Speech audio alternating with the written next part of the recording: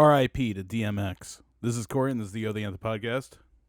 I haven't made my bed in at least 10 months, and I just saw Cory make his in 45 seconds. Good afternoon, everybody. Welcome to episode 366 of the O The Anthem podcast, coming to you from all over LA once again. But Cory is there in the hashtag OTA LA studios, high above the 110 freeway in downtown Los Angeles, California. Thank you for joining us. Yeah, thank you for listening on your podcatcher of choice, the easiest way, anchor.fm/O The Anthem. And I just realized that over my left shoulder there, I have like a selection of products that came from the trip I just had. So wait, is that some sort of adult lubrication products that you have there, Cory? No, they look very familiar. It's Olay and shampoo and a mysterious thing that just says conditioner. It's not an actual. The pink one's not an actual product. It just says conditioner on it. So I'm happy and sad. And producer Brooks in the corner. We have reached the age where we are actually traveling with products. That's good. Mm-hmm. Because I remember in my 20s, it was like, throw some jeans and a couple shirts in a plastic bag and I'll figure out the rest. Yeah. I remember for my Dirty 30, we were searching for a CVS. That was the first thing we did because there had to be like, get deodorant, get shampoo. Well, the problem then was that it was post having to make sure that everything fit in the 3-ounce right. That's right. deal. Very strict. And then we didn't want to go and buy like the things in Maryland and then put them in a bag. We'd rather just go to Vegas and then buy them there rather than having to worry about traveling, which I actually think is not a bad idea because it number one, it helps the local economy of the place you're going to visit. Number two, you don't have to worry about your shampoo like exploding over the middle of the U.S. and ruining all your clothes, and then not so good on the Vegas Strip, at least at that point, because there was like no CVS's around, and we walked a really long way. It was like a 4.5 mile walk. But I was gonna say we have not yet reached the stage where all of the bottles are just completely unmarked, and you're unsure about what is in each of the bottles, and then you just play the game of like, could be shampoo. Let's see. Nope, body wash. All right.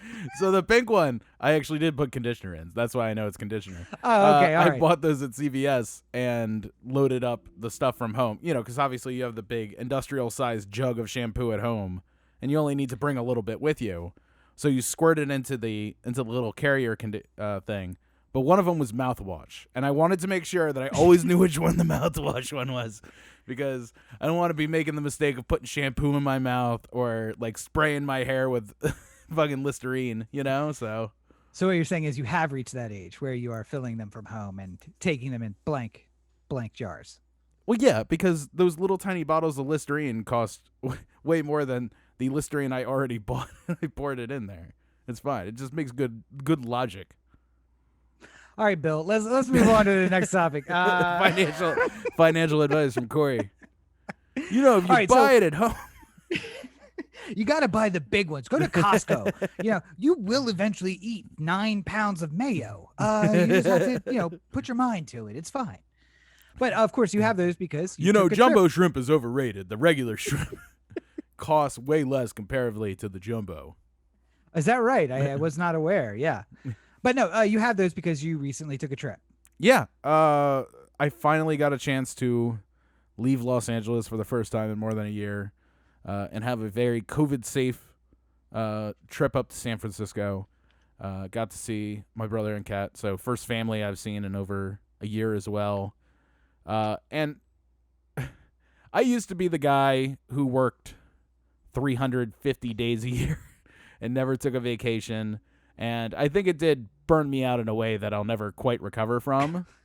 But I would recommend, in as safe a way as humanly possible, like I'm not saying get on a plane and fly to fucking spring break or anything like that, but in as safe a way as humanly possible, I do think it would benefit people where appropriate too. Like if you're listening to me in Michigan, don't just stay in your house. But like, if you're in a place where the cases are going down, like here in California, and you can do something where you're not like really like putting yourself in the jackpot too much, try and get out and experience it. The best way to do this would probably be go out camping somewhere, like go out to a national park. But wait. So like maybe you have a friend who offers to rent a 3-bedroom camper Yeah. and to take everyone out to the desert for a weekend, or maybe some sort of ski chalet where you can ski out of the door to the slope and then get back on the slope and ski back in, where most of the crew is just going to spend the time in a hot tub drinking wine anyway. Maybe that's the kind of thing that people should embrace now. Yes, now I think. Sure, yeah. Yeah. So. I mean, so much has changed. I'm the not- thing that has changed so much right now is that Cory's got a little bump on his shoulder, and now everything's fine. Not everything, but by the time you're listening to this, I probably will have my second shot, so that is good. One thing I'd like to say about wait. That is good. I want to translate for the folks at home. Fuck all y'all. I got my vaccine. So that's what Cory said to you. That's not at all what I'm saying. I waited. I didn't jump the line. I took it when I could. I didn't. California ruled that I'm too fat to not survive without a vaccine. So I had this joke about, of course you didn't jump. That's why you got the vaccine, but I didn't say it. All right. I just waited for you, but go ahead. I didn't rascal motorized scooter my way to the front of the line. All right. That's only at Walmart. Though there were times where the whole LA vaccination process felt a lot like going to the weed doctor, where it's just like, sometimes I can't sleep. And it's like, sounds like you need a vaccine. Yeah. So, meanwhile, I go to that appointment and I'm like, Legionnaire's disease. Are you at literally anything else you can get that for? Pneumonia? Okay, there's 2 things you can't get this for. Whooping cough. Yeah, I think you're missing the point here. Okay. But yeah, one thing, just real quick, before we move on to Rob getting his shot, I would like to take a shot at San Francisco for a second here, because I haven't had to buy cigarettes in San Francisco in a couple years. I didn't think of this. And we were at the Fisherman's Wharf, showing Brooks the sea lions, and I was like, oh shit, I'm gonna need more cigarettes, and I found a 7-Eleven at the Fisherman's Wharf, and I already was in my mind doing the, I'm going to pay more for cigarettes now than I ever have before in my life, so I'm just going to have to mentally prepare myself for that. Walk in, find out that San Francisco County has already banned menthol for sale in any of their stores. And I was like, okay. It's the devil's bargain. No. I can actually survive. I have some more cigarettes at home, but only 1 pack, so it's not going to last too long. I'll wait until we're in Marin tomorrow, and I'll get them there, where Marin County has also banned menthol. And I would like to say this. As a good libertarian, I think nothing should be illegal, ever. And that extends to menthol cigarettes. It also extends to, I think if there is a way to safely sell drugs, like cocaine, heroin, whatever, in a way, that should be legal too. I don't really think anything should be illegal as long as it doesn't hurt other people. That's my only caveat. As long as it doesn't affect anyone else except for yourself. So New Amsterdam, you're totally fine with? Oh, yeah. I'm totally fine with little New Amsterdams dropping up all over the place. Because you know what?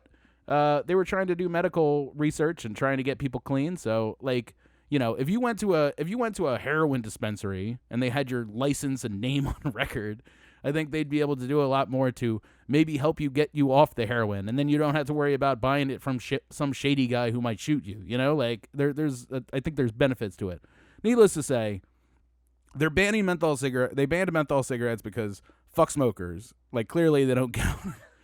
Only some smokers, though. Here's the problem, Cory. I'm just letting you smoke the same cigarettes as black people, and that's just not acceptable. And when you do that, you're going to get shit banned. I don't know what to tell you. Well, you know what? The way they the way they say it is that it's keeping more black people from smoking because you're banning the menthol cigarettes. That's not how that works. People who want to smoke aren't going to figure out how to smoke. The first 15 cigarettes I smoked, during the time where I started getting addicted to it, were not great tasting cigarettes. It's I was smoking a Camel that I bummed from some guy, and a Pall Mall, and a Parliament, and a Marlboro Red, and it took a while until somebody gave me a menthol, and they're just here, take this one, and I smoked it. And I'm like, why is this so much better than everything else I've been doing?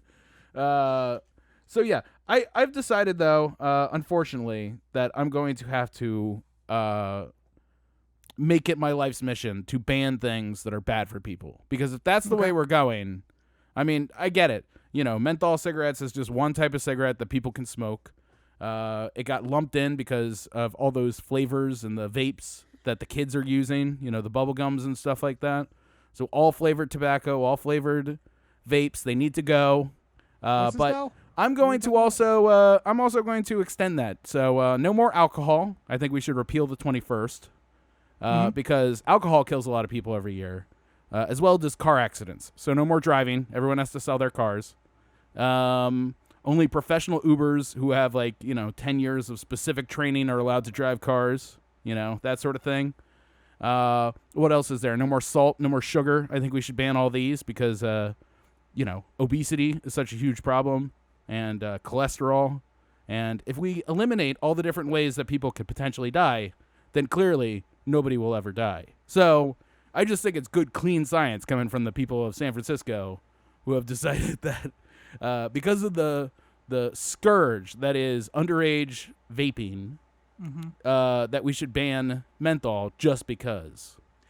So it's never made sense to me. I've read the stories. I've seen the biographies of the Jewish kid who became a Nazi, and I've never understood it. But here I see right in front of me, the guy who wants to ban all his favorite things. It's Corey's like, what are the things I like the most? Let's just put those on the ban list. Sugar, salt, caffeine. All these things are terrible. You know what the moment was? Hold on a second. If you're gonna pull out a pack of unmentholated cigarettes, the moment was I bought a fucking Marlboro Lights, just regular old lights, no nothing, and I lit it up, and every single second of it was anger-inducing. I was just like, it's fucking air. I'm smoking air right now. There's nothing here. And did you think it just made me angrier and angrier, and I'm just like, I'm gonna fucking repeal the 21st. I don't care. I know a lot of people who enjoy drinking. I'm going to feel real bad for them when they're not allowed to do it anymore. Maybe I'll just ban one thing at first, like wine. Go with wine first. Wine first. Wine. Yeah, wine. Because, fuck all the wineries and all the people who make money from the wineries. I went to a winery, nice people at the winery, but unfortunately they're all going to have to look for other jobs because, people die from alcohol all the time, so we just can't have it. I don't know what to say. I think you shouldn't have a business that kills people. That's just the way it is. So McDonald's, they have to go. 7-Eleven, I'm sure they have things in there that need to go. We're gonna have to tear down the Golden Gate Bridge because people jump off of it. All these things. Empire State Building gone. Just you can't everything. Jump off the Empire State Building. I mean, if you try hard enough, I'm sure you could. And well, for that very reason, we need to ban it. We just need to tear it down and start over with something that's only 2 stories tall. I think the Empire State nub. The wine's a place to start because it's so personal to Marin County and to San Francisco. Yeah. Whoa, wait a second. Wait now. Now you're talking crazy. You mean whiskey, liquor? No. We keep the liquor. We're taking out the wine. You start with one. We're banning rosé because too many kids are getting the rosé. Or the Manischewitz. What's the cheapest wine? Manischewitz was for a long time the cheapest wine you could buy, and therefore the one that all the teenagers would buy. So that's like a religious wine, though. I don't think you can ban that. Yeah, true. That wouldn't be like the Boone's Farm. Boone's Farm. Yeah, that's the one. that's a more appropriate. I won't ban Manischewitz. I don't want to be seen as somebody who has some sort of But eventually when we ban all the wine, we're gonna have to. If you come for my Mad Dog, it's going to be on. It's going to be O The Anthem Civil War. That's what's about to happen. Don't come for my Mad Dog. I only have it I haven't had a drink in a 9 month, 10 months now. But much like smoking menthol lights, I think I should leave you with only leave all the people who prefer these artisan breweries and stuff like that. They should be left with PBR and Mad Dog 2020. That's the only alcohol allowed to be purchased. No, fuck it. 4 Loko. You get 4 Loko or PBR. That's your only choices. Oh, man. Anywho, Rob, yes. Good news for you. You are getting your shot. I'll believe it when I see it. I don't have a lot of faith So I guess we'll see. The ever-present killjoy that is Robert N. Cheek. Oh, I mean, listen. Oh, so I just posted something on Instagram, which was a story that I read. Hang on, 'cause it was so interesting to me. I read the entire study, and then afterward cried for a little while, and then got over that and decided to do a podcast where I have to be entertaining. But the study said that people with early onset dementia are often mistaken for having depression, and now research has discovered the cause. A profound loss of ability to experience pleasure is related to degeneration of the hedonic hotspots, so hedonistic areas in the brain where pleasure mechanisms are concentrated. So early onset dementia affects the brain early in the hedonistic areas that cause pleasure, and therefore depression first, or early onset dementia first, it looks like depression. And I added the Schitt's Creek gif of David saying, "Oh, lucky me," because I have noticed I've become very negative, and perhaps that could be why. It could also be the world. Yeah, I mean, I wouldn't necessarily just say it's early onset dementia. I would say maybe we get your shot. Maybe we give it a couple weeks. You give it another shot, then give it another couple weeks. And if all's clear and everything's good, then you can put the hedonism to the limit, put it to the rev limiter, and see. Oh, it's weird you say hedonism, because I just read this report about a hedonic part of the brain. Let me find. It's on my Instagram story. I don't know if that was an early onset dementia joke. Is it fueled by menthol cigarettes? Because I need something to bring them back. No, so but if you found out that menthol cigarettes cured early onset dementia, good luck, because now you have the old people fighting the healthy people, and only one of those groups is going to be around in the next 10 years. Yeah, true. The old people, because the healthy people, traditionally, guy who invented jogging, drop dead. First vegans, drop dead. Healthy people don't live very long. It's the guy who smokes a cigar a day and eats a steak twice a week. That's the guy that's going to live forever. I always like the woman, like when they interview the 109-year-old, and she's just like, "Can I take a cigarette yet?" It's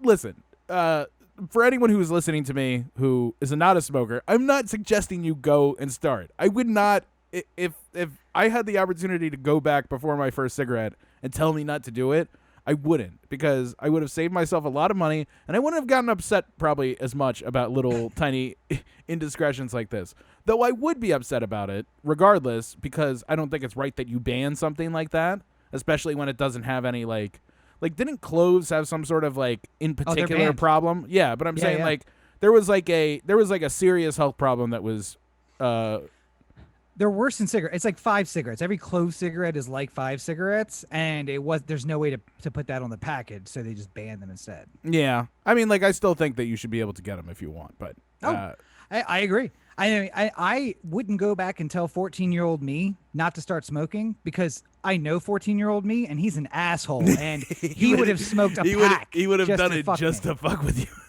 Yeah, I got to go back and tell 14-year-old me, like, here's a carton, smoke up, Johnny. And then after I threw up, because again, you start out by bumming them where you can, and it's like, oh, I have one every now and again. And if I gave myself a carton and I smoked regularly that first week, I'd been like, this fucking sucks. No, thank you. And save myself millions of dollars, probably. Million, clearly we're. Well, I was a 2-pack a day smoker for like 4 years. So, I mean, that's just good math. It adds up to millions to me. I don't. Oh, and wait, this was in the 20-aughts. So we're not talking about $4 packs. We're talking about like $7 packs. I'm amazed, by the way, that still the most I've ever paid for a pack of cigarettes. It hasn't been replaced by San Francisco at this point. But the most I've ever paid was the fucking newsstand outside of Penn Station in New York, in probably like 2003 or something like that, where it was like $17 a pack.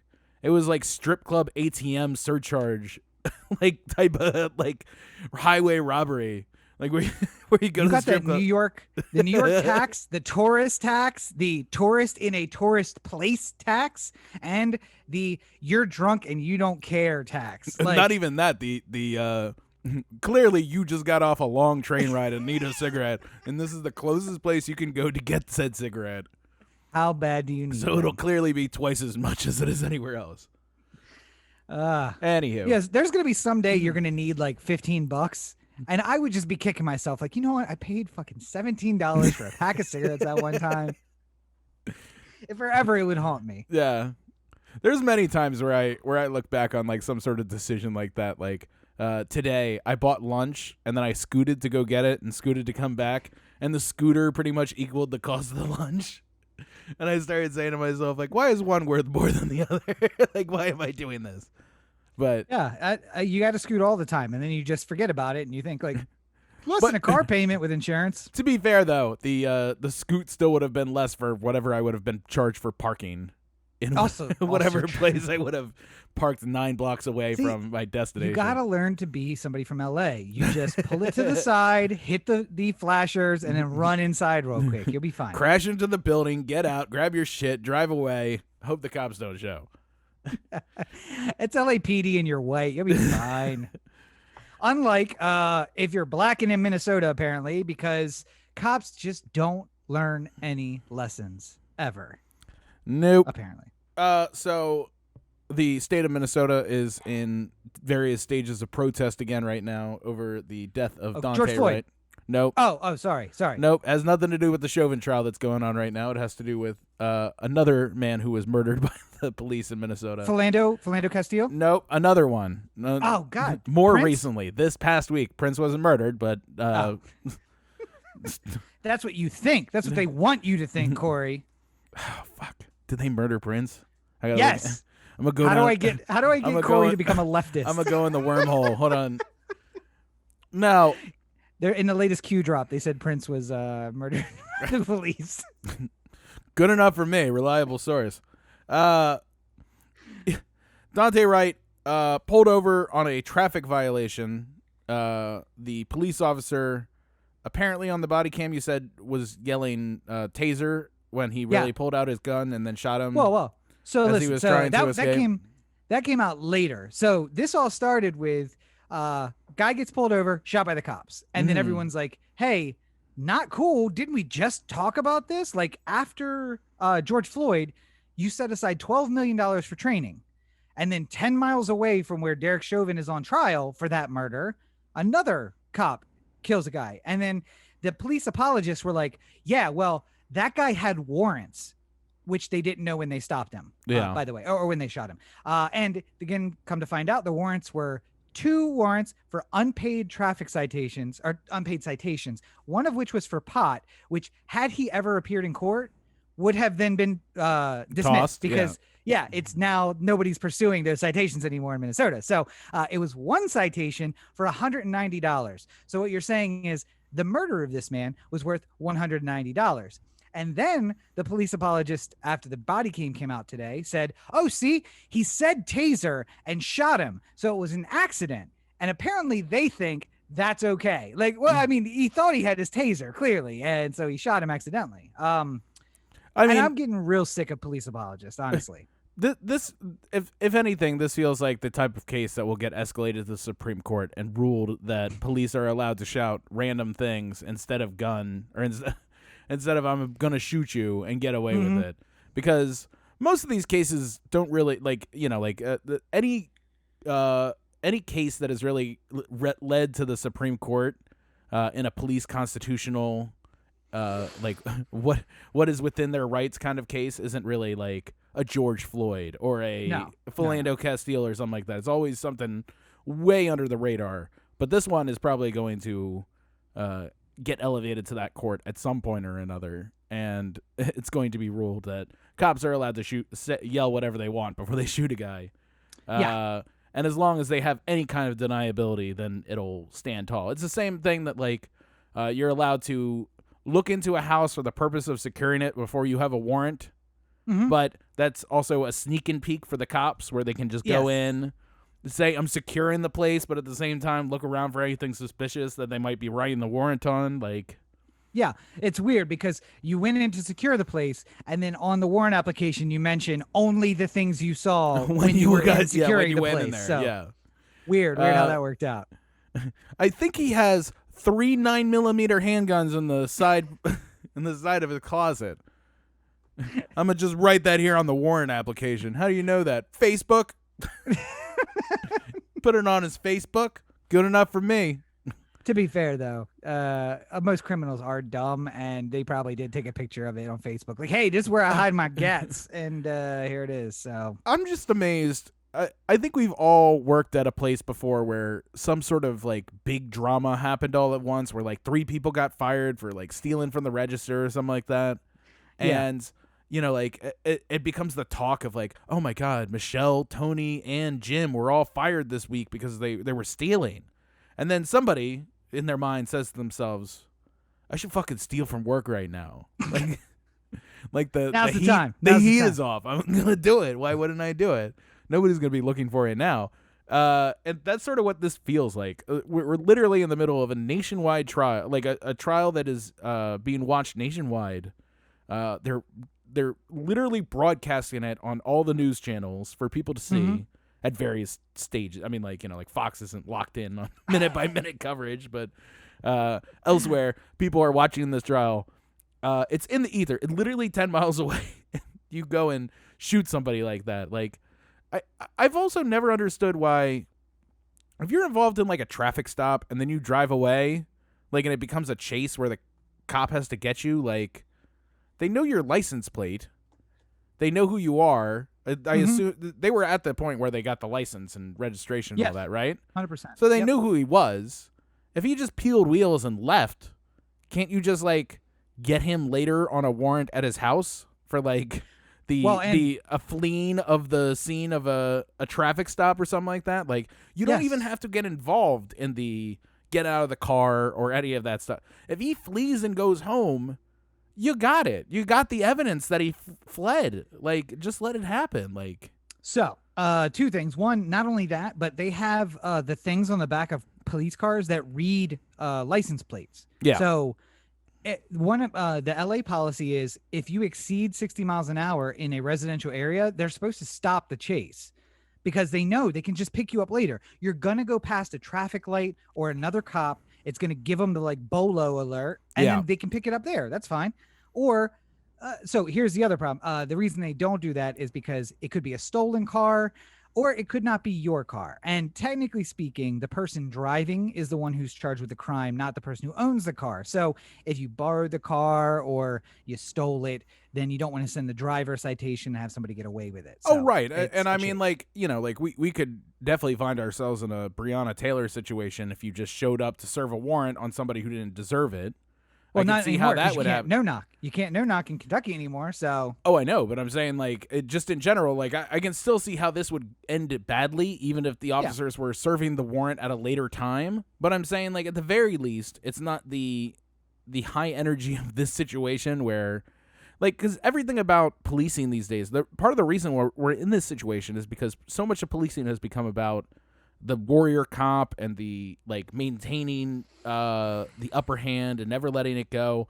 There was just a traffic stop not too long ago involving a soldier this last Virginia week. this week, where the guy is saying, I'm scared. I don't trust you. Like I'm worried that if I reach for my seatbelt, you're gonna shoot me and all that sort of stuff. That all comes his hands out of the car, and he's just like, undo your seatbelt. He's like, I don't want to reach back in the car because I'm afraid you're going to kill me. Yeah. Well, why would we do that? Well, Philando Castile said, hey, I have a gun. I also have my license. The cop said, get your license. He turned to get it, and the cop shot him. That's why, because there's nothing. There's no rules. Yeah. Meanwhile, shooter in Tennessee who also killed a cop fucking is in custody. No problem. No situation. Like it's this whole upper ground, like we can't give an inch attitude of policing where you can't say if I was a cop, I'm just putting myself in this situation with my logic intact. I mean, like, obviously if you work as a police officer for a long enough period of time, this kind of logic will be beaten out of you by people who say forget everything you learned in the academy because it doesn't matter once you get to the street.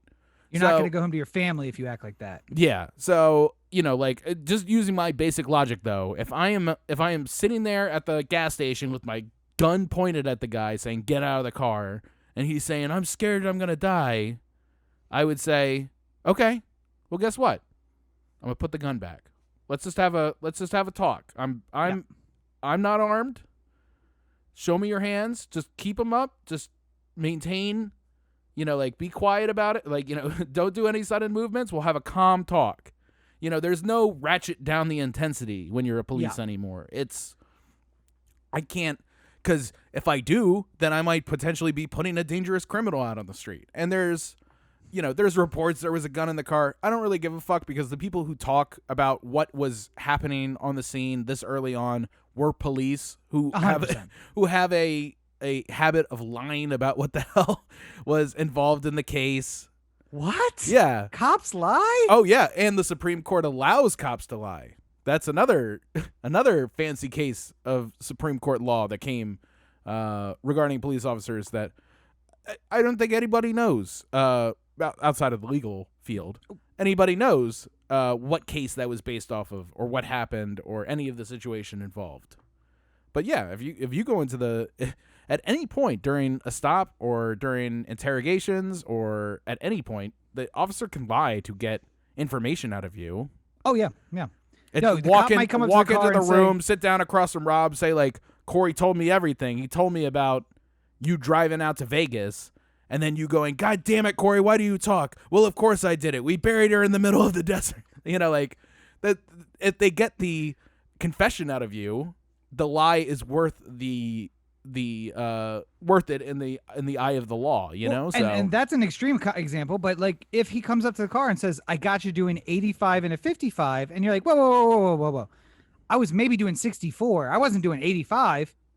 You just admitted you were doing 64 and a 55. Yeah. So now I can write you the ticket for 64 and an 85, and I have you on body cam and on the video saying that you went that fast. So sorry, but it's worthwhile for the protection of law enforcement. But this whole warrior cop nonsense is the main problem. The worst part too, though, is that, like, I could as somebody who knows enough about the law tell you, if you're involved in any kind of stop with the police, don't say anything. Just shut the fuck up.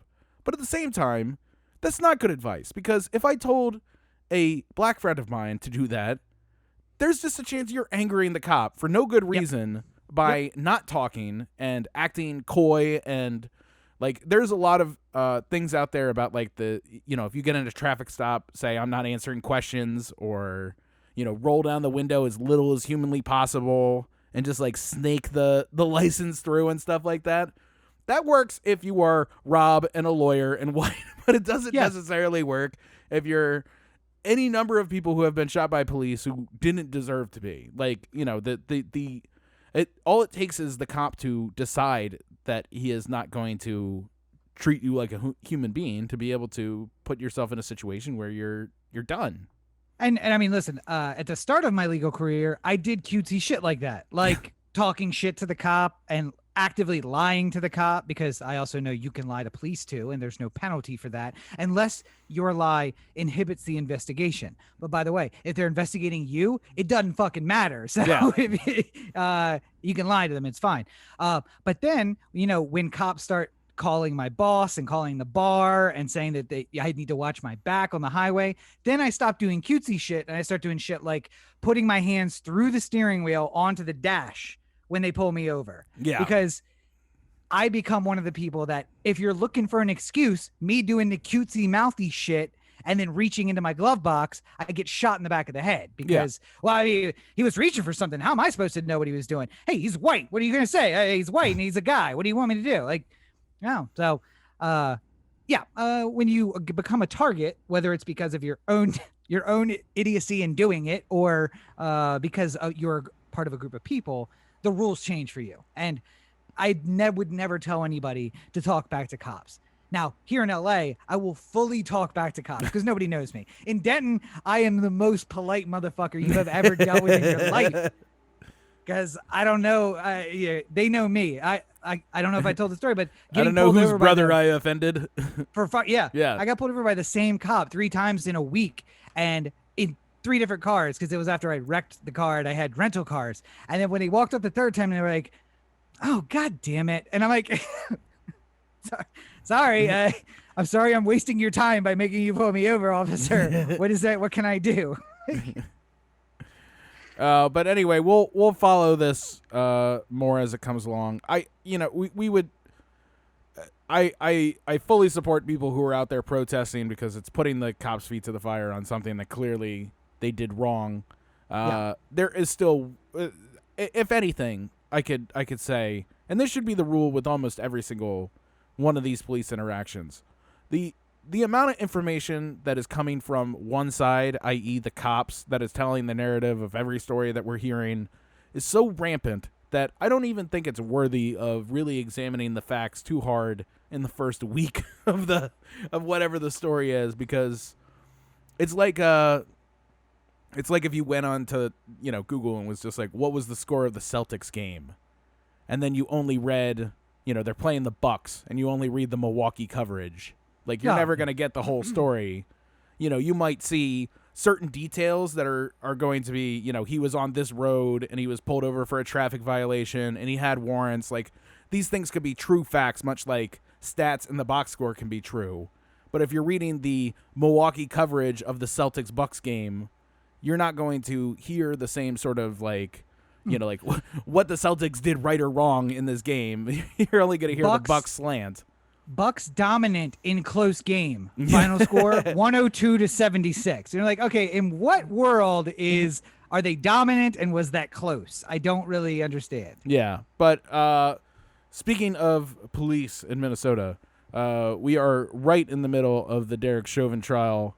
And last week, I feel like, was a very interesting week for where this trial is going forward. And this week proves to be even more, seeing as all the protests have made the defense, or the prosecution, I keep doing that, the prosecution to ask for sequestration of the jury. No.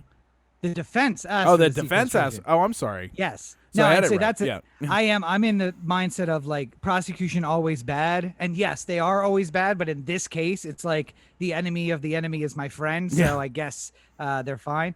But the defense asked for sequestration because they were concerned that jurors seeing a protest would remove any reasonable doubt they had been given. They're saying like, look at the community, look at more cops shooting people. This is yet another cop shooting yet another black guy, or not shooting, killing yet another black guy. And he's guilty. Even if he's not guilty, this is a guilty for Philando Castile and for Daunte. It's for everybody. Guilty it's on not the just, system. Yeah. Yes. Yeah. And so what he wanted, he asked was sequester the jury, especially because it looks like not only just functionally they'll see the media, they may see protests coming down their street. And oh, by the way, they may get stuck by a protest on the way to court in the morning. If we have sheriff's bus take them from a hotel to the court, we can assure that they have smooth sailing, they get here every day, and that we can continue. And this is probably the first issue I think the judge has ruled incorrectly on. He did not give sequestration, and I imagine that 18 months from now, we're going to be talking about the successful appeal that comes out of this case when he's found guilty and they appeal it saying they should have sequestered the jury because Minneapolis burned itself down yet again while during the course of the trial. Yeah. And how could anybody ignore that? So, I mean, overall, I think the judge has been fairly good. He's been moving it along at the very least, or trying to move it along. Trying to. He seems to be getting trying to move both the defense and the prosecution, which I can appreciate. But the defense seems to be more along the lines at this point of let's overload with information. Let's get 15 people to say it. The prosecution, yes. And the defense is in the stage of still trying to poke holes. And I think there were a couple moments that they had in this last week that could in the end be the thing that gets one person to hold out and get Chauvin off on a hung jury. Yeah. But I again, mean, we'll if still it's not see. the I mean, system on trial. Yeah, I mean the problem that we constantly deal with here is that the what equals reasonable doubt in a police trial is so minuscule, and it realistically, from like you see so many people who tweet out like, why are we even bothering having a trial? It's so obvious what he did. But the reason why we're having a trial is because, there's at least probably a 50-50 shot that he walks at the end of this. Yep. Whether it be from this part of the trial itself, or whether it be on appeal based off of things that are happening beyond the scope of what was just in the video that everybody saw and the horrific acts that everybody saw, Well, and again, I think we said this before, but this is the ideal way the justice system should work. And it's unfortunate it only works this way for cops. But this is the way it should work.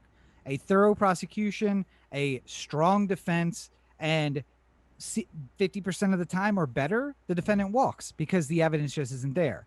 But that's not how it works. It works that way for cops. And unfortunately, for most people, it's take a plea before trial to minimize jail time. So, yeah.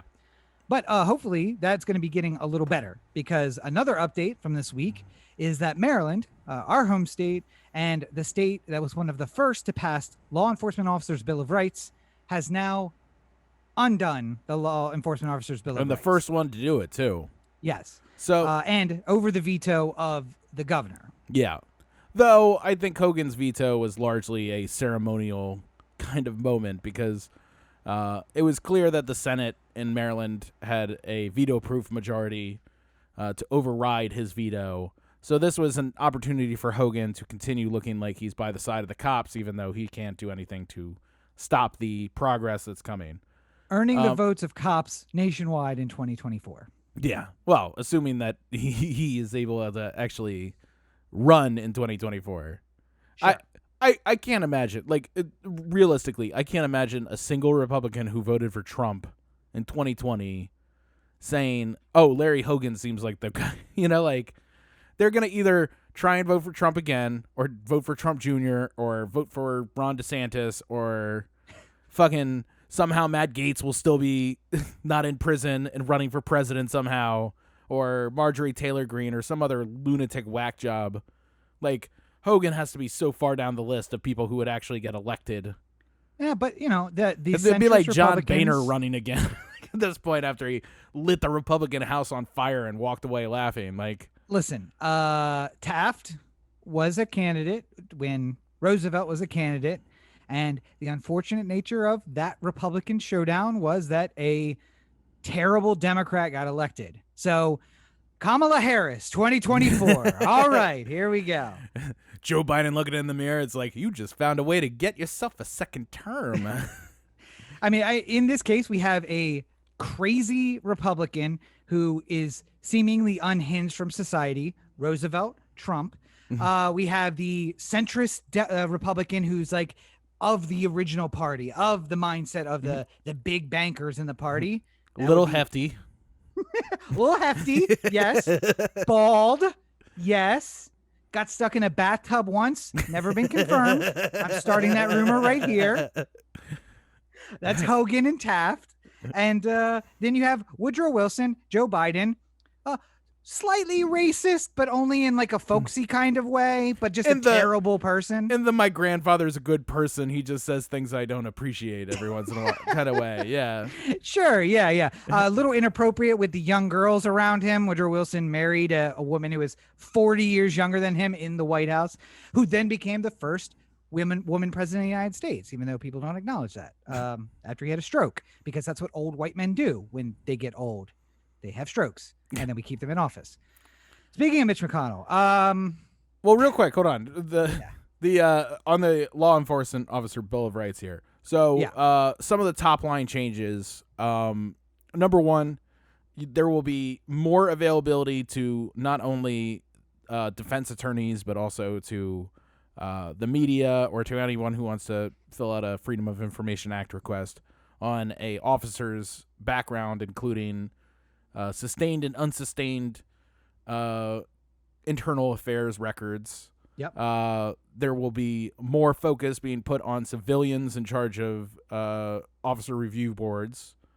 And what was the other one that was really automatic independent state investigations for any like violence that happens during a stop. So it would be less of they don't have the time period of waiting to talk to the protected time before they can talk to the state. The investigating cops get to talk to them immediately. You don't have auto 30 days to so I get mean, your like story straight. Hypothetically, if this was if Freddie Gray happened again in the time after the repeal has happened, if it happens a couple years from now, rather than Baltimore City investigating their own.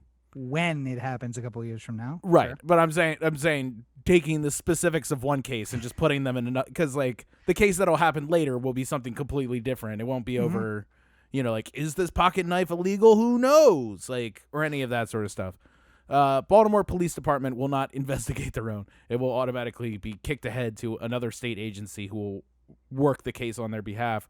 There will be a lot more that goes into whether or not any of the officers involved in any of these stops have had any kind of problematic stops or arrests in their past, and the type of thing that you would be able to bring up in open court, because you could know just, casually from being a citizen of Baltimore that a police officer is dirty, but you would never be able to mention any of it on the stand because an officer or a judge would just shut you up immediately. Because you're not allowed to bring up unsubstantiated things, and if you can't get a record from internal affairs, then you can't bring it up in court. So, and you could call the person who filed the report, and if they had been talked to by IA, all of these things, it doesn't matter because the report itself does not exist as far as you know. Yeah, so, the records are just what all you get is when they joined, how old they are, like basic identifying information, but nothing. This is the badge number, but that's about it. You can get how much they made too, which is a nice thing to look around. BPD Cop Watch if you're interested in that sort of thing. It's a disturbing thing. Don't let Cory lie to you. It's disturbing how much cops make. Just look at what their regular salary is and then double it with overtime, and that's basically how it works. Yeah. Now, I will say this. For people who say, you guys must be really happy because this will fix the Baltimore Police Department, wrong.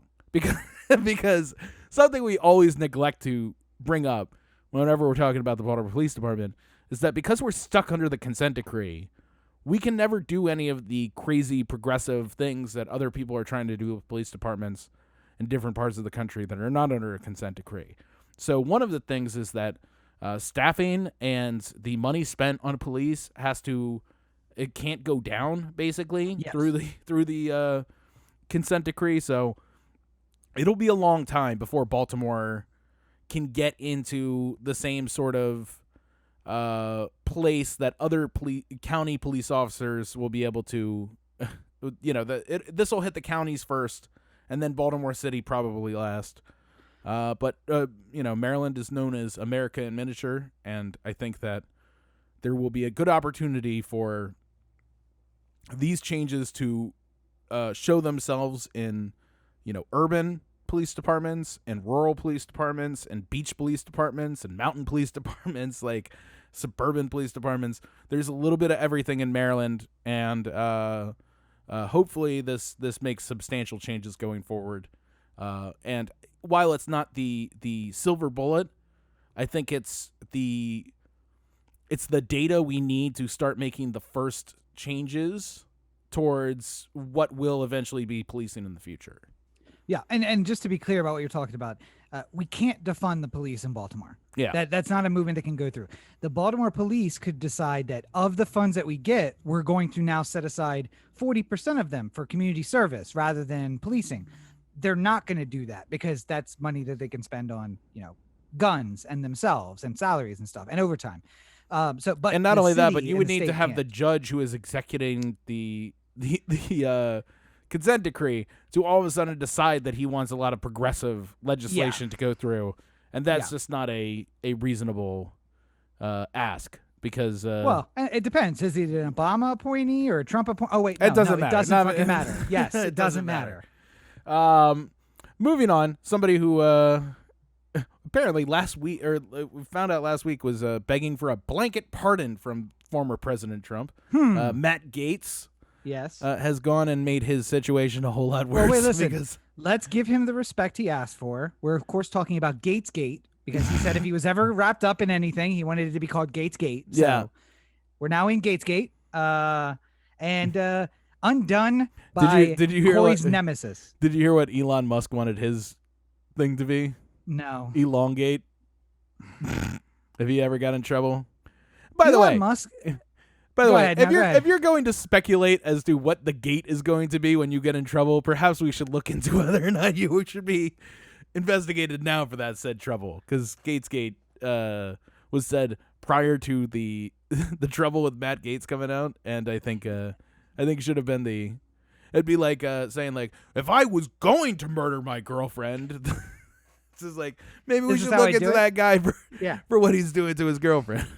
But Elon Musk, I read a great metaphor, simile, depending on how you want to look at it. I'm going to set it as a simile, that Elon Musk is basically 1950s sci-fi, where like, but us looking at it now, where it's like, this thing sounds amazing. And if I described it to you, you're going to be like, that sounds futuristic and crazy. And then I flip the page and I show you that it's a console TV with a 16-inch screen.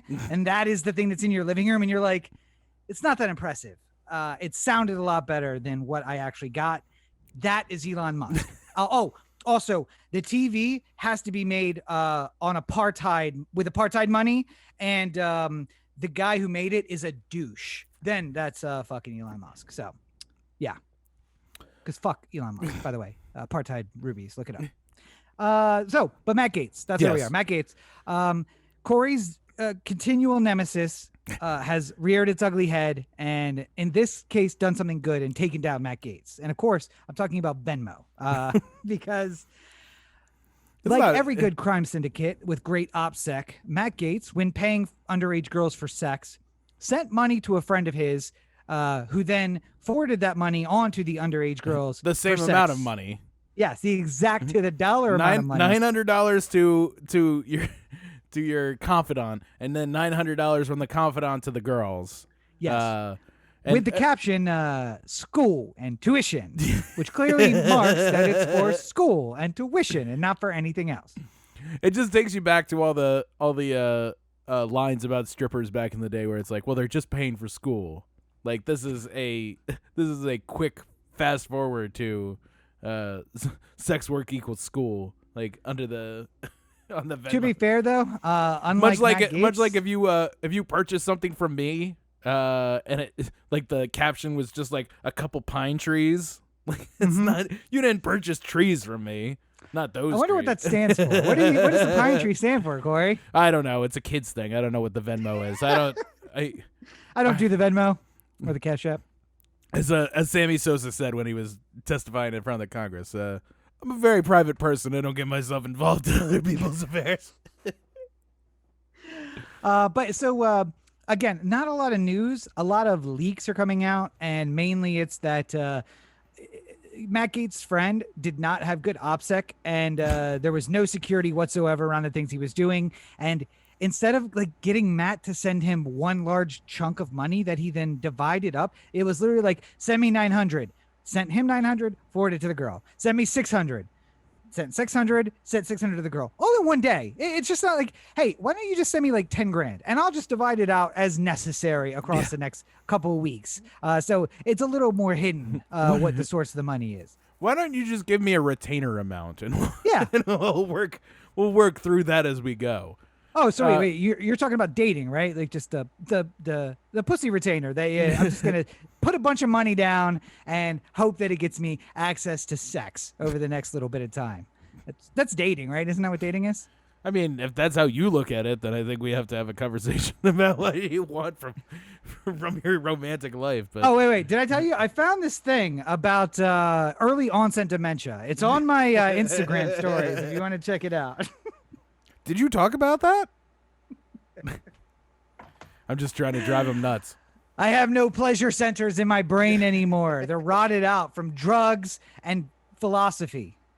We gotta start picking up the pace here on the end. But, just the last two little items in the news. We already made mention of the passing of DMX. Prince Philip also passed away this past week. So yes. There is apparently one more on the horizon somewhere because rule of threes. Rule of threes. Never let you I down. am just excited that the hot milfs in your area have been updated with the Queen's picture. I, for one, am really excited that Oh my the God. Queen is a hot milf in my area. So, or gilf maybe a gilf. Beyond that, at this point, right? Yes, good she's a gilf. Gigi, a good gilf. Good gilf. And here's the question, Cory. I think the first G is silent. One of the richest women in the world. Yeah. No. Really? No. I have no.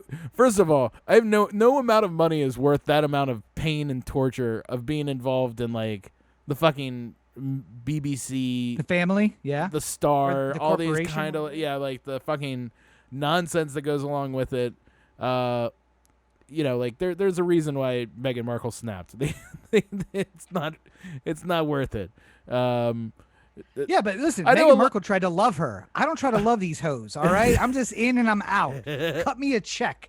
900,000 via Venmo. Thank you. Also, I don't think I would necessarily be her style, to be honest. I remember it was like fucking international news for like a week when Trump was like walking in front of the Queen and stuff like that. And it's just like, don't you know you're never supposed to walk in front of the Queen? And it's like, I wouldn't have known none of that shit. There would be like, every single day would be a new Star headline of me. Like, it's just like, he scratched his butt as he walked outside of the car. Like, you're not supposed to do that in front of the Queen. So I think that I would be perfect for the Queen because I Are you related to her somehow? Because I am distantly related. I'm like 6,000th from the throne or something like too, that. But too much distance. What I can say is Are you the Duke of Los Angeles? Much like a girl in a DMX video, I am a lady in the street, but a freak in the sheets. Wait, that's Snoop Dogg. That's ludicrous. Ludicrous. Whatever. Yeah. I'm saying I can be classy. There's a picture of Philip dressing up like a Buckingham guard, and it made her laugh. I'm like, I could fucking do that. That's something I can do. But also, I bet she is a freak. I bet she likes some weird ass shit. It's like a fucking reverse Anna Nicole Smith. Yes, 100%. She's all prim and proper, and then something comes out of the bathroom on the wedding night, and you're just not prepared for it. I'm here for it. Nothing stimulates me anymore. Come on, Elizabeth. What do you got? Let's see it. Not the corgis, though. I'm not down with. I don't know if that's the reason the corgis are around. Have you ever been handcuffed? Ma'am, I have a fucking history. Did you know 12 feet of rope is exactly the amount of distance to go under a queen-size bed and allow a person's hands to not touch the sides of your head, only with one or the other? It's a fact. Check it out. Anyway, so Yes. Moving on from R.I.P. DMX. Prince Philip, you will be missed. Listen, Cory, I just hope that when I die, you respect my passing by talking about how you're trying to tap my widow. That's what I'm really looking for. I want everybody to talk about how they want to tap that ass when I'm gone. Especially when she's in her 90s. How old is Elizabeth at this point? All I look at is how many zeros she got in her bank account, which is also probably somewhere around the 90s. So I'm here for it. It's fine. Anywho, onto speaking of the numbers in the with zeros in the 90s, the number of dead from COVID. Wait, not quite that high. Not quite that high. Yeah, let's there's no good transition. Let's just talk about from tapping the ass of the Queen to COVID. There's not a good transition there that you can find. I can't think of one.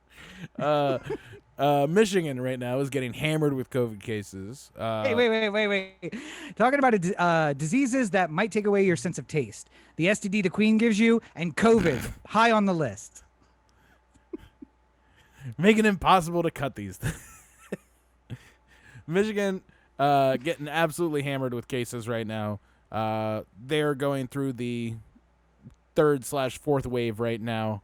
After New York, which just went through another wave, is again, going through eerily similar to what was happening a year ago, a little bit more at this point. And, Whitmer is trying to get more vaccines to try and help out the cause, but no amount of vaccinations will really take care of what's happening right now. So, reminder to people who don't know, if you get the Moderna or Pfizer vaccine, the second the shot goes into your arm, you're not instantly protected from COVID. It takes a couple of weeks for it to start working. And even after the first dose, you get a little bit of protection, but not nearly the same as you do after the second dose. And then after the second needle goes in your arm, it's not like you're instantly 94% protected from COVID. You are up to that 94 rate about 2 weeks or so after the second shot. So I think there is a vaccination that will fix this, Cory. And I'm trying to remember his name. Famous director, did The Birds and does horror. Hitchcock? Alfred Hitchcock. I believe he said that there's a vaccination for fascism and stupidity. It comes as an injectable 9mm form. And the injection comes at 2,200 feet per second. And if we just inject one of these small pills into the head of every fascist and every dumb-ass fucking American, we can put an end to this pandemic. And also to fascism. So, to paraphrase the great Alfred Hitchcock, we should take the dumb-ass people out of the gene pool. And that would solve all of the problems. Because, yes, the vaccine doesn't protect you from the moment you get it. And also, if 4 of your 5 friends have the vaccine, this means nothing. And also, we don't know shit about this. There is a chance, and probably a high chance, that the B1.1.7 variant, which is the most prevalent variant in the United States, isn't, the vaccines don't offer us 100% protection from them. And that's why Michigan is seeing an uptick in cases. And the uptick is probably worse because people who get the vaccine stop getting tested. So the only people who are getting tested now are people who are unvaccinated or medical workers, frontline workers who have to get tested. So all of this leads to the fact that we're fucked still, people, because your dumbass friends can't stay home. I wouldn't even necessarily just say that people who are vaccinated are not getting tested. I think that nobody is getting tested, really. At least for judging by my last trip to Echo Park, I agree. Yeah, I mean, I've been vaccinated. I've been tested twice in the last 3 weeks here, and both times I showed up at Union Station, which at different points was one of the most busy walk-up stations. I was the only person there both those times. Yep.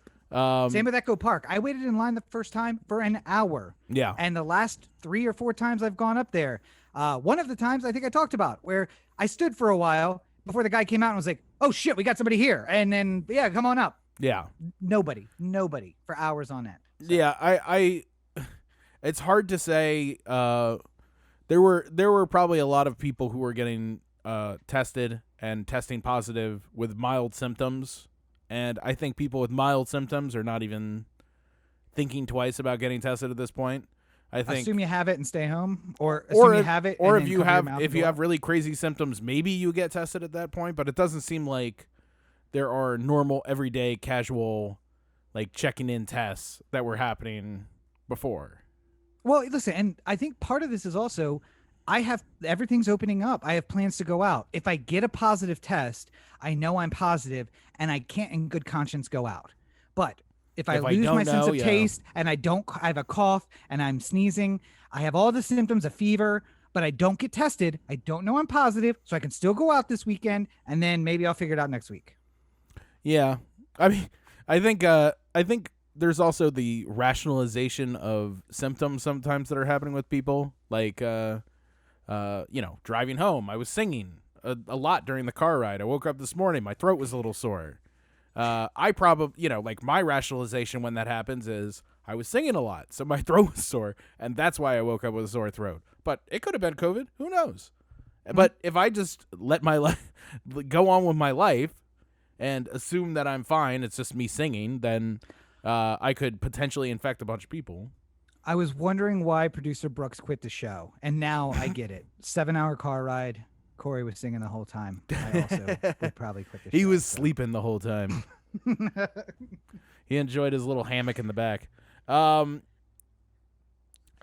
talking about reopening, Newsom proposes a reopening of California in total in June.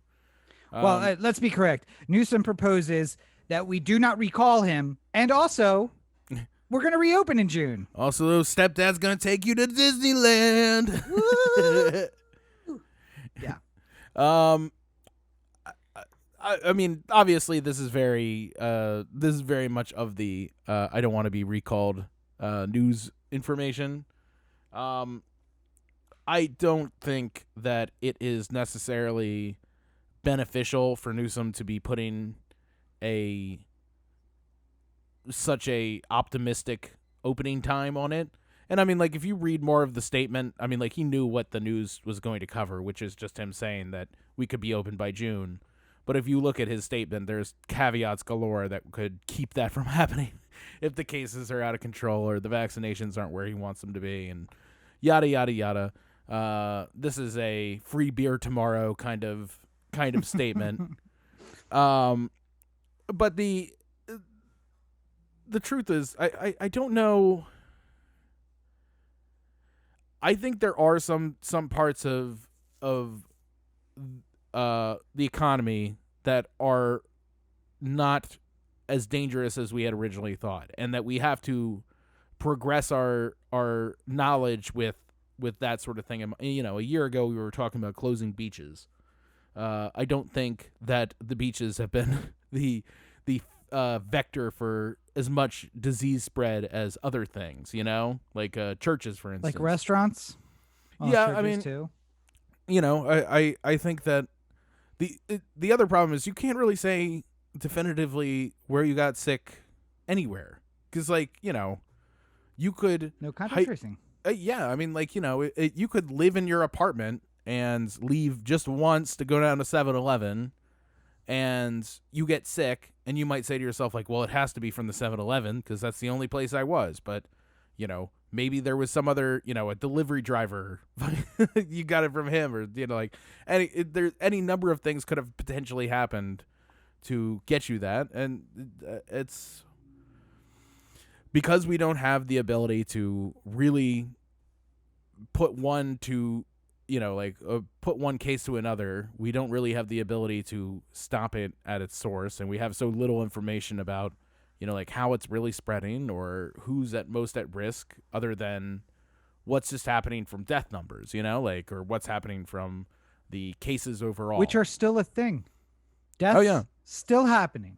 Cases rising. So yeah, I mean, the positive here in California, at the very least, is that both the cases and the deaths have dropped precipitously. They're not nothing. They're not where we were, you know, more than a year ago. But you know, they are dropping, and the hope is, at least in my mind, that if you are given some amount of temporary immunity from getting COVID a second time, from being infected before, which it seems like the immunity that you get from having COVID might at least be similar to the type of immunity you get from having the vaccine. For a short time, yeah. But, I mean, like, you know, right now they've tested it through 6 months on the Pfizer. They have studies testing it through 6 months worth of elements, and as we go along, we'll hear more and more about how long the efficacy of these are. But I think that we're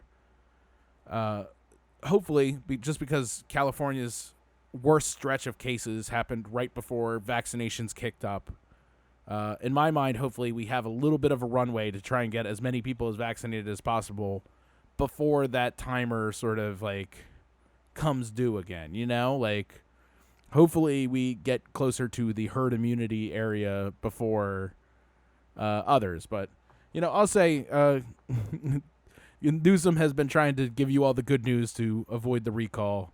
Garcetti has consistently been the dad with the bad news. He's going to try and be the storm cloud on your, you know, like, because he was the one in a year ago when he was just like, this might go through the summer and maybe through the end of the year. And people were like, fuck you, Garcetti. Nobody wants to hear.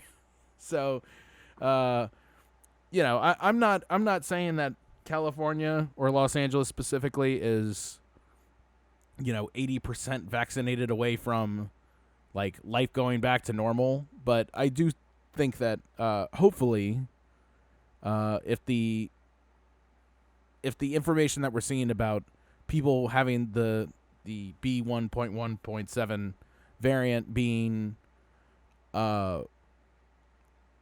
able to sort of beat the vaccine, like we still need more study on that as well. We still need more study on what kind of protection you have after the first shot. Are you avoiding serious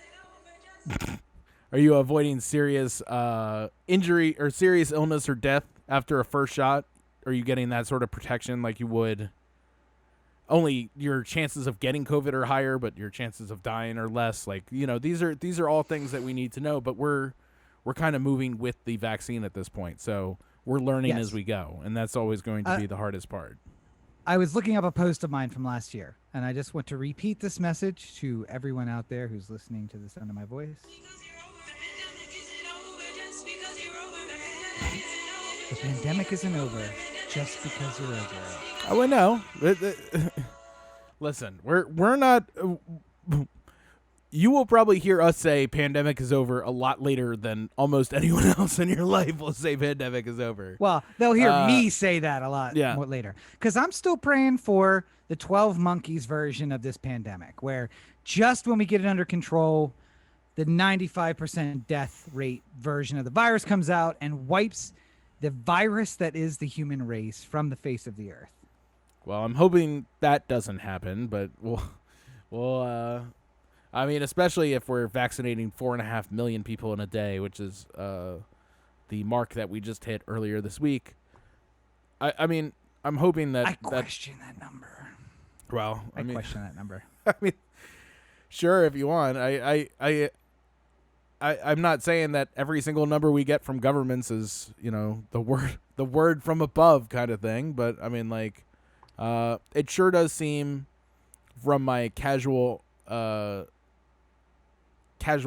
scene of people who are getting vaccinated that a lot more people are getting vaccinated, and we're getting to the point where, I mean, like, in a month's time, like, everyone that, like, all the inner circle here in LA will probably be completely vaccinated. So that means that 15.75% of the U.S. population got vaccinated in a single day. No. Yes. 4.5 million, 350 million. 4.5 is 15.75. Oh wait, no. That's not true at all. I did that math wrong. Yeah. Yep. That's 4.5% of 350 is 15.75. I mean, and really what you want to think about it as, probably more realistically, is 1.5 Americans, like 1.5 shots per American. So you're probably looking at something more in the range of like 500 million total shots needed, 550 total needed.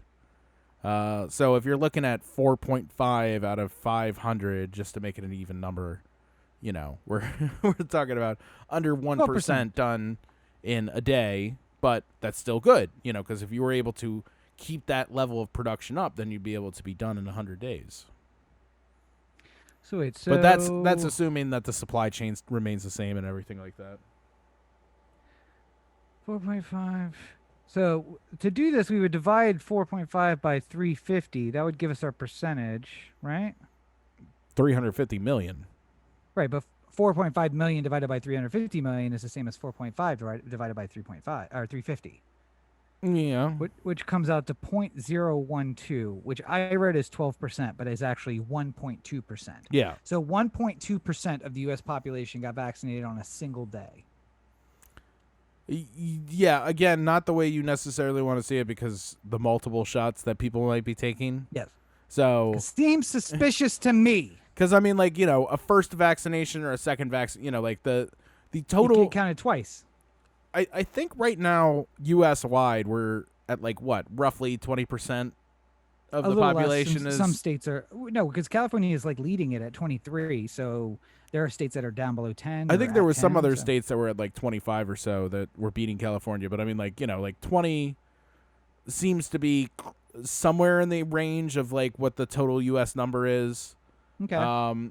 It's just a matter of whether or not we can keep up the pace. That, to me, that's the most important part. If we can do what we can to keep supply chain interruptions to a minimum and continue moving things out, the Baltimore plant fucking up 15 million J&J shots was a real bad look for being able to meet goals. But, early on, Biden said 100 million shots in his first 100 days. That was his promise. We both said we'll see it. We'll believe it when we see it. We're already past 100 million shots. We're at 120 million now. Listen, I roughly am going 120 million now. But I mean, like I'm going to do 2 push-ups in 2021, 2 full push-ups at some point in 2021. Because I, like Biden, like to set goals which are easily hittable. reachable. Yes. Especially when you're counting the vaccinations that happened under the Trump administration as yours. And where you say, we are not responsible for the vaccine rollout, but we're going to take credit for the vaccines that happened during our administration, as well as the ones that happened before. So, we'll have to get into that one another day because I just think that it was clear. At what date does this become Biden's bag? Is it already his bag? Do he get blamed for the failure at this point? I mean, at this point, yes, it's his bag. I mean, if things suddenly go way off track, then it would be Biden's fault. Like if tomorrow only 100 people got vaccinated, then there would be some combination of the federal government and the state and the county that fucked up. But there's no way that, the federal government wouldn't have a large hand to play because they're the ones who are giving the vaccine to the state and to the counties, One last question. Yeah. Did somebody in Baltimore fuck up because the vaccines had been on the shelf past their best by date and they read that as a only good until date, so they threw them out? Is that how it happened? No. I don't remember exactly what the mess up was, but it was a ingredient mix up of some kind. Did they wash one of the ingredients that they weren't supposed to wash before they put it into the recipe? No, I don't believe that was it either. I think that the good news that you should take from this, the good news from this bad situation that you should take from this, is that the means by double checking the work that they're doing before they send any of these vaccines out the door kept 15 million vaccines that could have potentially had some sort of problem from getting to people, or 50 million vaccines that maybe didn't work properly. It would be the more relative way of thinking about it, from going into people's arms. And I'd rather throw away 15 million than have 15 million wrong go out, and that's... The good news about this Daunte Wright situation is there is one less bad cop on the streets now. So we are slowly but surely working our way towards a better society, one bad cop at a time. Now, it might take the death of 1 to 3 civilians, but there's a lot more of us than there are of them, so eventually we will get there. I don't know. Everybody feel excited about the future? I do. I don't know how to get out of this situation, so I'm going to say this. Guess what? What's that? OTheanthem.com. Cory to theanthem.com with the Anthem. Facebook, Twitter, Instagram, and the listener line, 443-219-7595. What's that number again? 443-219-7595. You can find more on me on the website, CoryBakerFilmmaker.com, Facebook.com/CoryBakerFilm, and at LegendsCB5 on Twitter, Instagram, and TikTok. I know. How's that content coming? I know. How's that content coming? I know where you're going, and I'm going to say this. Maybe keep your eyes peeled for this Thursday, assuming that tomorrow I don't go to do my taxes and find out that there's something horrible I need to deal with immediately, which I don't imagine because there wasn't a lot of income last year. So it should be a pretty smooth sailing finishing your taxes situation. By the way, just public service announcement for anybody who is saying like, Cory, why are you doing your taxes on April 15th? They extended it to May 15th. Wrong. They didn't extend it to May 15th. They extended it to May 15th for certain reasons, like if you have a a trust or an IRA that is reporting late, you're allowed to report those elements of your taxes a month later. So if you have not done your taxes and you are thinking, oh, I have another month, everyone go do your taxes because that is not something you want to fuck around with because a lot of people go to jail on tax evasion charges, and that's an easy one to fix by doing it correctly the first time when it's due. But don't forget, the government, like every drug dealer, gives you the first one free. Your first extension, if filed before midnight on April 15th, will extend you to October 15th, which is exactly what I do. Because fuck them. You have to make some sort of Nope. If you don't know what your tax due would be. I just basically say, yes, but I also know that my tax owed and my tax paid is going to be about zero, because yeah, I mean, if you honestly believe that you're going to get a refund or you're not going to owe any taxes, and you could just say that. But if you know for a fact that you didn't pay taxes and you're going to owe something, then I wouldn't recommend doing that. Is all I'm saying. Yes. I try to get it accurate to the penny every year because the federal government keeps my tax return anyway, so it doesn't matter. Oh, not the federal government. The federal government sends it to Sally Mae, who forwards it to my servicing provider for my student loan. So I have no reason to hurry. Also, don't overpay just because you think you might have to overpay, because then you find yourself in a situation like moi, where you pay for something that you think you're going to have to pay for and then find out that you don't, and then the refunding of that money comes back a year later when you do your taxes again. So we're going to get you back eventually, man. I basically gave the government a 0% interest loan for this past year of some money that I could have definitely used at some point. So. Listen, they're a little hard up. They just spent $500 billion on more for defense. Yo, man, we got some infrastructure to do over here. And how are we going to invade countries and do infrastructure? Wait, Cory gave us a 0% loan? All right, let's do it. All right, let's start building that railway to Vegas. Well, that's the one thing Cory wants to use. It'll only take 10 hours to get there. If there's one thing Cory wants you to spend his tax money on, NASA. And if there's a second thing, Amtrak. That's his two dreams. Spend his tax money on those. I'm going to add more things I'm banning to my list. It started with alcohol, went to sugar and salts, and now cars, and then NASA, and then Amtrak. Those ones are just for fun. So you're taking Amtrak and cars away? Yeah. What are we supposed to do? Walk. You got feet, right? You were born. I see Cory walk to Vegas. You were born with feet, right? Yes. All right. You can find more of me at Robert and Cheek on our social media. Make sure you check out robertandcheek.com, where you can find links to my all the stuff that I'm doing, including the books, which are available on Amazon. Buy us books.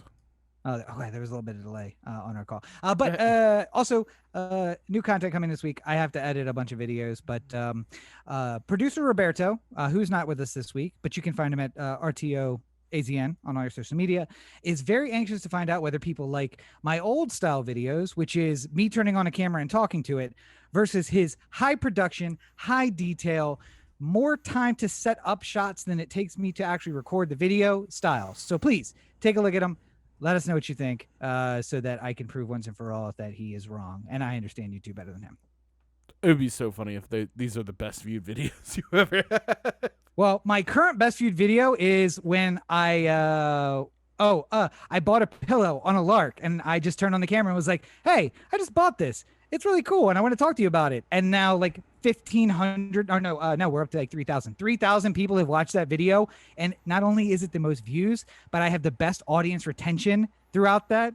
It's 3 minutes and 45 seconds, and I get 3 minutes and 30 seconds of audience retention. Nice.